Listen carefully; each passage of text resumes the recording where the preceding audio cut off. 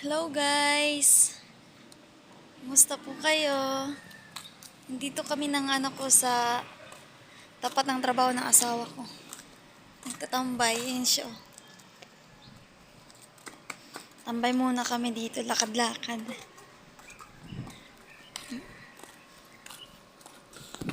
Ang ganda dito.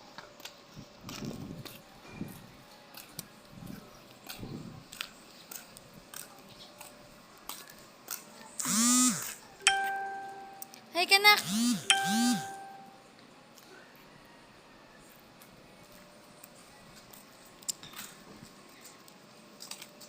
Pumunta kami dito kasi bibili din kami mamaya ng ulam.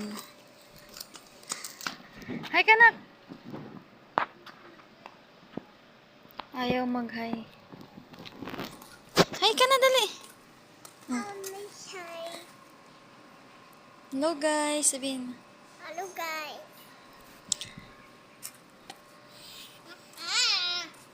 Sige na guys, bye-bye.